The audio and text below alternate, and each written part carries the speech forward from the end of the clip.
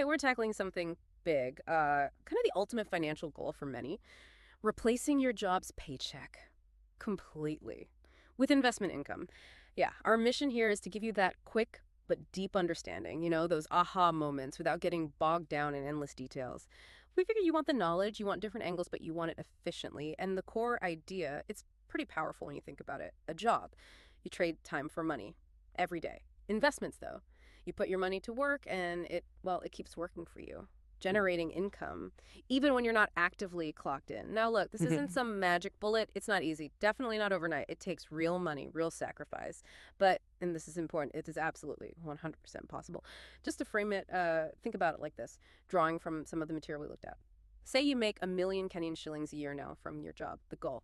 Make that same 1 million shillings a year from your investments. Then you can choose to leave the job. And while we're using shillings as an example, the assets we're going to talk about, they're universal. You'll see examples from global markets, US mainly. Just as archetypes, you'd find similar things, similar funds wherever you are. So how do you actually do that? We're going to unpack 5 specific assets you can buy, things that generate income to pay your bills. We'll start with maybe the simplest and work our way up. Ready? First up, maybe the most straightforward starting point for income. Treasury bonds. Basically, you're lending money to the government. Simple concept, right? But how does it fit into replacing a whole salary? Well, it's a great place to start understanding passive income, actually. Lending money to, say, the Kenyan government via their bonds is seen as incredibly safe. Why so safe? Because it's backed by the taxpayers. The full face and credit, as they say. I mean, if the government defaulted, that's a massive national crisis. Your bond returns would be the least of your worries, frankly. So yeah, very secure. And another big plus, especially with certain types like infrastructure bonds in Kenya, the interest you earn, often tax-free. Oh, wow. Tax-free. Yeah, that's huge. You keep more of what you earn compared to like a regular high-yield savings account where you're going to pay tax on the interest. Yeah. And you can structure these to pay out regularly, maybe even monthly. That's key for placing that paycheck rhythm. Okay, incredibly stable, predictable income, tax advantages. Yeah. Sounds good. But what's the catch? If I'm trying to replace my whole salary, doesn't the actual money I invested, the principal, just sit there? Doesn't grow. That's exactly the trade-off. Treasury bonds are about preserving your capital and getting predictable income, not really about growth. Your 100,000 shillings stays 100,000 shillings. You only get the interest. So inflation could eat away at its value over time. Potentially, yes. Yeah. If it's your only investment. And because the risk is so low, the returns are naturally lower too compared to other things. And remember, it's not insured like a bank deposit. It's a promise from the government. You buy them directly through the Central Bank of Kenya typically. Okay, so government bonds. Safe, steady income, but limited upside. Got it. What's next if you're willing to handle a bit more complexity, maybe for a bit more potential return? Let's talk about owning pieces of companies, dividend-paying stocks, or maybe easier, ETFs. We all know big names like Equity Bank, Safaricom, Stanbic. These companies make profits, right? And sometimes they share those profits with the people who own their stock. That share is the dividend. Exactly. You own a share, you potentially get a dividend payment. Now, if you buy individual stocks, say just Equity Bank, you're taking on the risk of that specific company. Meaning, what if they take on too much debt? Hire a bad CEO, face unexpected competition. Their profits could fall, they could cut the dividend, or worse, the company struggles and your investment value drops. You really have to stay on top of it, do your research constantly. Right. That sounds like a lot of work if you own many individual stocks. It can be, which is why a lot of people prefer dividend-paying ETFs, exchange-traded funds. Think of an ETF as a basket. It holds lots of different stocks, sometimes hundreds or thousands. So diversification built in. Precisely. You invest in one fund, and you get exposure to a whole range of high dividend companies, maybe U.S. ones, European, African, global. Depends on the fund. And it's passively managed usually. What does that mean, passively managed? It means if one company in the basket starts performing poorly, the fund manager typically kicks it out and replaces it with a better one, according to the fund's rules. It aims for a steadier income stream for you without you having to make those buy-sell decisions constantly. Much less headache. Now, within dividend ETFs, you kind of see 3 main types. First, the dividend aristocrats, like the no-BL ETF. These hold S&P 500 companies that have not just paid, but increase their dividend every single year for 25 years or more. Wow, 25 years straight. That's consistency. It really is. These are generally very stable, established companies. The yield on something like Nota BL right now is around 2% annually. Okay, 2%, not massive, but super reliable sounding. What's next? Second, you have broader high-dividend ETFs. Maybe focused on a specific market, like the U.S. SEHT from Schwab is a popular example.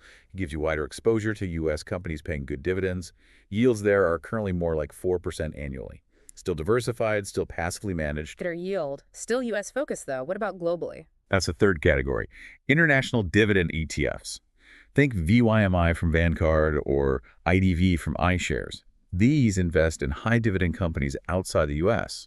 The potential kicker here is maybe faster growth, potentially bigger dividends from emerging markets. But more risk, too, I imagine. Absolutely. You're dealing with different economies, political situations, currency fluctuations. It adds layers of risk, Yeah. but the yields can reflect that. A VYMI is around 4%, IDV is closer to 5% currently. And sort of related to dividends are REITs, real estate investment trusts. This lets you invest in real estate without actually buying buildings yourself. Ah, okay. How does that work? Two main flavors. You've got real estate REITs, like VNQ from Vanguard. They invest in companies owning physical property, apartments, malls, offices, hotels. VNQ yields about 4% right now. Then there are mortgage REITs, like REM from iShares. These guys invest in the mortgages and loans backing the real estate. They don't own the buildings, they own the debt. And the yields here can be much higher. REM is currently around 9.5%. Whoa, 9.5%. That sounds amazing. But you mentioned a warning earlier about chasing high yields. Yes, absolutely crucial warning, especially with things like mortgage REITs offering those really high yields. Never, ever invest just based on the yield number alone. Why not? Isn't income the goal? It is, but you have to look at the quality of the underlying asset generating that income. Is it a solid investment? Or is it, frankly, kind of crap? A high dividend from a shaky asset isn't sustainable. If the asset value tanks, the dividend will likely get cut or disappear entirely. You want good assets paying strong, sustainable dividends. Aim for growth in both the asset value and the dividend income over time. Total return matters. Okay, that makes perfect sense. Quality first, then yield. Don't get blinded by a big number on a shaky foundation. Right. So we've covered safe government bonds, diversified company dividends via ETFs and REITs. What if you want something more, well, tangible, something you can actually touch? Let's move to asset number 3, getting a bit more hands-on. Investing directly in real property, owning actual real estate. This is a classic for a reason, right? We're talking about buying, say, a house or an apartment specifically to rent it out for income, not the place you live in. Exactly. And while you can invest passively through syndicates or crowdfunding deals where others do the work. Right. We'll stick to direct ownership for now. Okay. Direct ownership is powerful. First, the cash flow. If you manage it well, the rent should cover your mortgage, property taxes, insurance, repairs, maybe even management fees if you hire someone, and still leave you with profit each month. Consistent cash flow. Get a few properties going, and that monthly income really starts to add up. Second, it's a hard asset. You own the actual building, the land. It's tangible, not just numbers on a screen or a piece of paper. There's a certain comfort and stability in that for many people. And the third point, I hear the tax breaks are a big deal. Oh, they are potentially huge. Some of the best tax advantages available, honestly. Think about it. A high-earning professional, maybe a doctor making $1 million, might pay close to half in taxes. A real estate investor making $1 million in rental income could potentially pay zero tax. Zero. Depreciation. It's the magic word. Even if your property is going up in market value, the tax rules let you deduct a portion of its cost each year, pretending it's wearing out. This creates a paper loss that can offset your actual rental income, sometimes completely. Plus, there's accelerated depreciation, writing off expenses. It allows you to keep way more of your earnings. Wow. Okay, steady cash flow, owning something real, amazing tax breaks. But it sounds like work, too. Tenants, toilets, repairs. That's the downside. That's the reality check. It's not truly passive income unless you pay someone else to manage it, which cuts into your profit. You either put in the time and effort yourself or you pay for convenience. It's a trade-off. And that leads us nicely into asset number 4, which ramps up the involvement even more. Owning a business. Not working for a business, but owning it. Owning the source of the profits. Let's picture it. Say there's Edwin & Sons, the company. It brings in $1 million in revenue. Expenses, salaries, rent, supplies cost $600,000. That leaves $400,000 in profit. Where does that go? Straight to the owners. That $400,000 profit belongs to whoever owns Edwin & Sons. It's totally separate from, say, the salary the CEO might be paid. Now, for getting passive income this way, there are really two main paths. You could start your own company from scratch, very tough, potentially very rewarding, but honestly, probably not what most people envision when they think passive income. Yeah, starting a business sounds like the opposite of passive at first. Exactly. So the other path is buying an existing business. Lots of businesses are for sale, and as the new owner, you'd get your share of those profits. Eh, But and it's a big but for passive income, smaller businesses often need the owner working in them day to day, especially initially.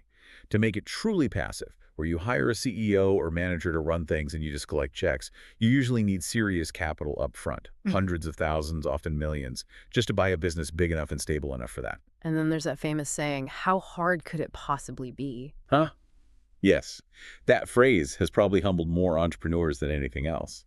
Business is hard. It's constant problem solving, market changes, people issues.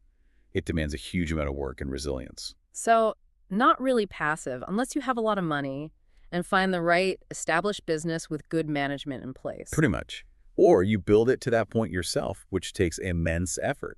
If you're not willing to put in the work to keep it profitable and growing, it can fail. Mm. But for the right person, the potential rewards, both financial and personal, are enormous. Okay, the ultimate ownership, but also the ultimate challenge. Got it. Let's hit our fifth and final asset. This one's a bit different. Peer-to-peer lending or private credit. You mentioned you haven't done this one personally as much. That's right. Less personal experience here, but it's definitely a valid option people use. The idea is simple. Instead of lending to the government, like with bonds, you lend directly to other people or private businesses. For what kinds of things? Could be anything, really. Someone needs funds to buy a rental property, fix up a house, buy a car, start a small project. Could even be personal loans. And the internet has really opened this up. There are platforms now that connect lenders like you with borrowers. It's often called private credit. You provide the cash, they agree to pay you back plus interest. What's the attraction? Higher interest rates. Generally, yes, that's the main draw. You might see rates of 15%, maybe even 20% sometimes, which sounds great. But there has to be a reason they're paying so much, right? Exactly. If someone's borrowing from you at 15%, they need to be doing something with that money that earns them more than 15%. Think house flippers using hard money loans. They pay high interest because they expect a big profit on the sale fairly quickly. The flip side, of course, is the risk. What if they don't pay you back? Default risk is a big one here. So how do you protect yourself? Well, again, not my deepest area, but the common advice is to try and lend against collateral, ideally something tangible like real estate. That way, if the borrower defaults, there's an asset you might be able to claim to recover your investment. Like the other assets, though, it requires work vetting borrowers, understanding the risks. It's another potential income stream, but definitely not effortless. Okay, so 5 paths laid out. The safety of treasury bonds, the diversified income from dividend ETFs and REITs, the tangible ownership and tax breaks of real property, the profit potential and work of owning a business, and the higher yield potential and risk of private credit or peer-to-peer lending. We said it at the start, it takes capital, it takes sacrifice, it takes work. But replacing that job income with investment income, it really is possible. It absolutely is. And that's why really thinking through these options is so important. They all have different pros, cons, different levels of effort needed from you. It's not just about picking one. It's about picking the one or the combination that fits your situation, your goals, your tolerance for risk and effort. Yeah, what stands out to you personally as you hear about these? Which one kind of clicks? That's the key question for you, the listener. Right, so here's something to really chew on. Thinking about your own skills, what you actually enjoy doing, and what you're realistically willing to give up time, maybe some comfort, which of these 5 genuinely excites you the most as a way to build that financial independence? And maybe more importantly, what's the very first small, concrete step you could take, maybe even this week, just to explore that one path a little bit further? That's your homework from this deep dive. We'll catch you next time.